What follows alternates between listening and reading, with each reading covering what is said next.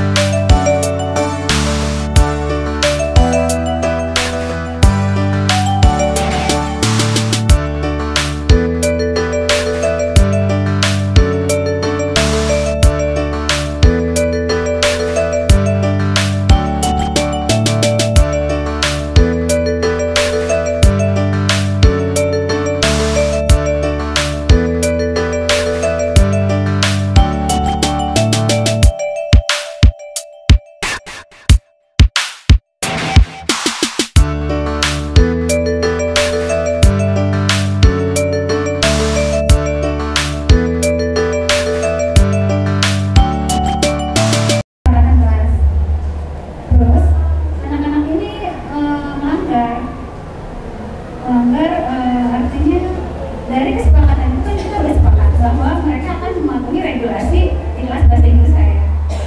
Tapi mereka melanggar. Terus akhirnya saya ada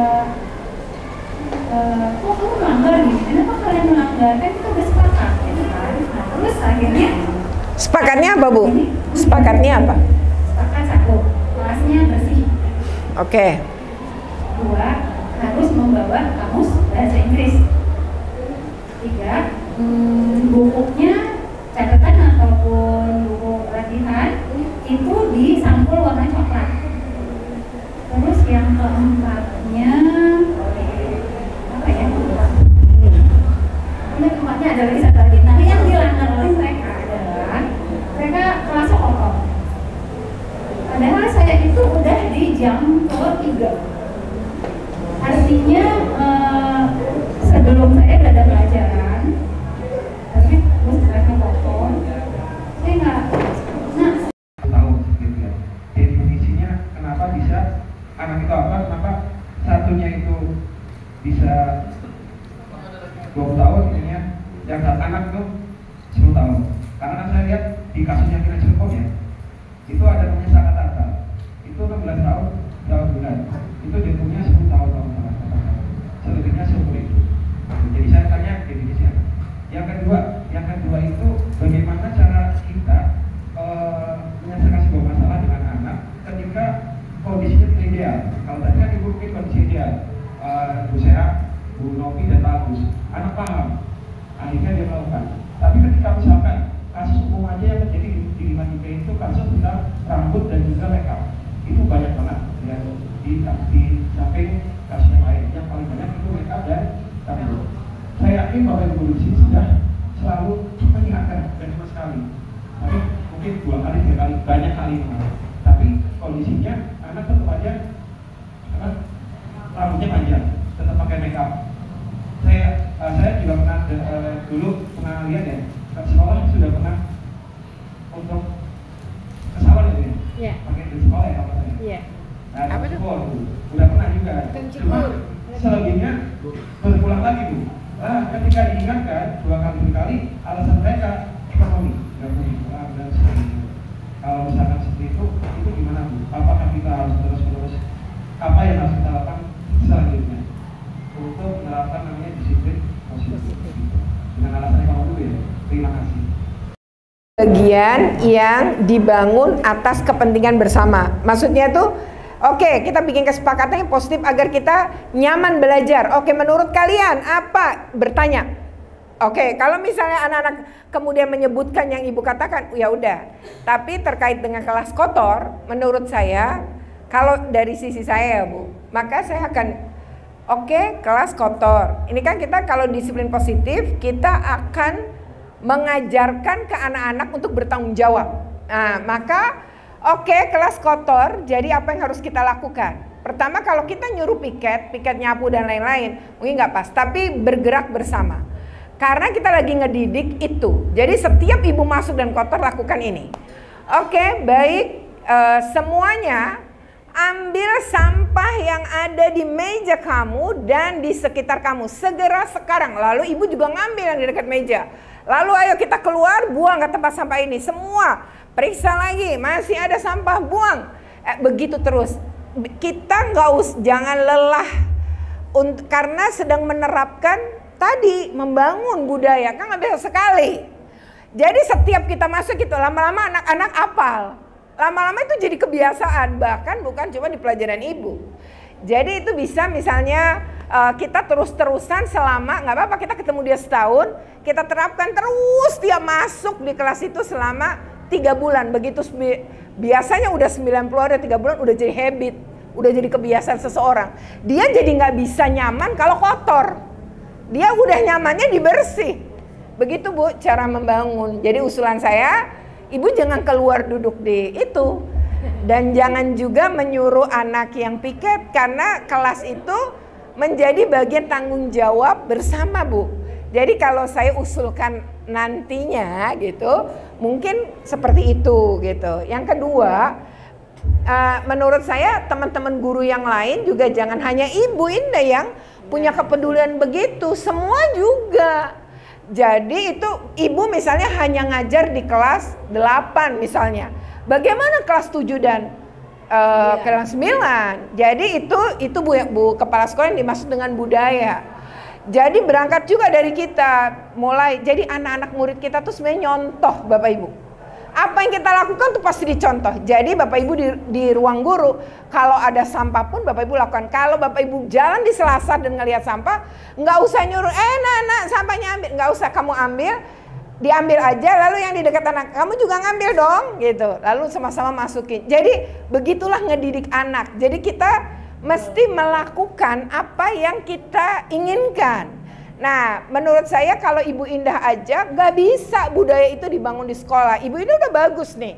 Jadi cara pemahaman Ibu Indah pun harus menjadi bagian dari cara Bapak Ibu memandang itu. Bapak Ibu coba, gimana kita satu dalam agama Islam misalnya, kebersihan sebagian dari iman. Jadi yang kedua, semua yang rapi dan bersih itu nyaman.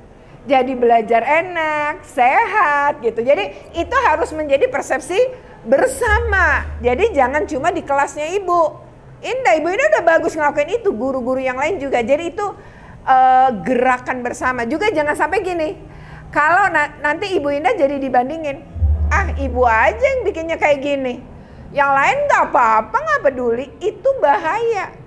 Jadi ibu dibandingkan dengan sesuatu yang ibu udah bagus, tapi dibandingkan sama orang yang cuek. Gak bisa gitu, yang cuek dengan kebersihan. Nah kalau emang sekolah ini ingin menjadikan bahwa kebersihan, mungkin di rumah mereka nggak ada tempat sampah, di rumah mereka biasa buang segala. Kita kan nggak bisa ngukur di dalam rumah, tapi kita bisa mengukur di dalam ruang sekolahan. Nah jadi kata Ki Hajar Dewantara, cara terbaik membangun karakter adalah di sekolah Bu sebenarnya. Karena semua anak dari yang berbeda-beda ini kita arahkan satu ke perbuatan positif.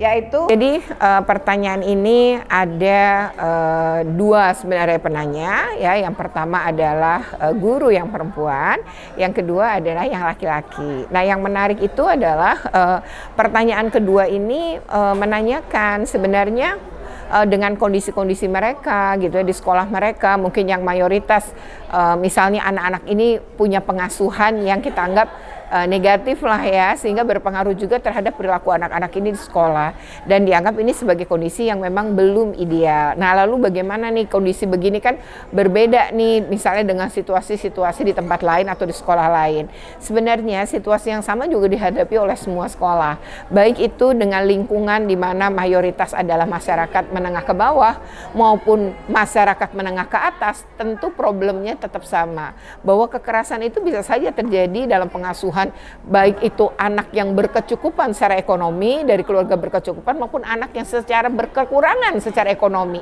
Jadi artinya kekerasan bisa saja tetap dilakukan oleh siapapun dan anak tetap saja rentan mengalami kekerasan pada lingkungan di mana mereka dibesarkan. Nah, artinya kalau kita berbicara kondisi ideal, tiap sekolah, tiap lingkungan itu akan berbeda.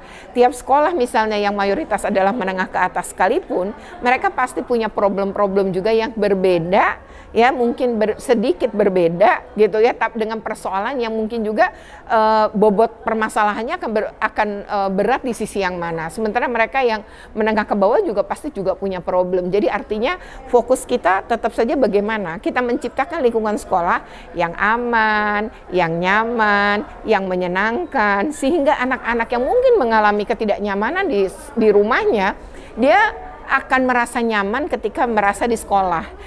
Itu merasa nyaman, menyenangkan. Lalu bagaimana ketika pendekatan dengan disiplin positif? Mereka tidak dibentak, tidak dimaki, tidak dicaci, tidak dihukum dengan hukuman-hukuman fisik.